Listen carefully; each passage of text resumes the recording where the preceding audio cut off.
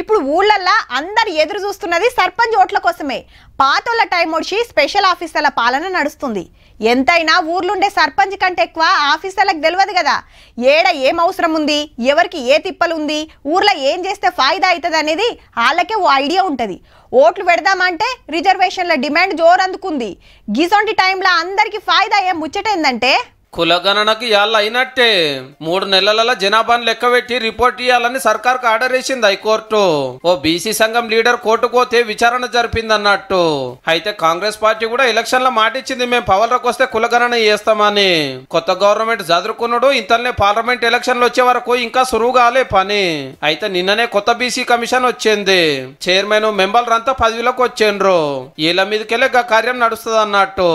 ఈ BC commission ద్వారా తెలంగాణ రాష్ట్రంలో బీసీ కులగణన క్యాస్ట్ సెన్సస్ చేపడతామని చెప్పి కూడా కులగణన చేస్తే ఏ కుల పోలు ఎందరున్నారు అనేది ఎరకైతుంది. దాన్ని బట్టి రిజర్వేషన్లు పదవులు తెలంగాణలో 100కి సగం కంటే ఎక్కువ బీసీలే, కానీ పదవులేమో చాలా తక్కువ. చల్ మేమెంతో మాకంతా అని ఎప్పటికంచెల్లో కొట్లాడుతున్నారు. ఈ నడమనే మీటింగ్లకు మీద మీటింగులు పెడుతున్నారు. రిజర్వేషన్లు పెరిగితే సర్పంచ్, ఎంపీటీసీ, జెడ్పీటీసీ ఎలక్షన్ లా ఎక్కువ మంది బీసీలకు ఛాన్స్ వస్తుంది. ఈ పని చేసినాకనే ఓట్లకు పోవాలనేది గవర్నమెంట్ ఆపోచన.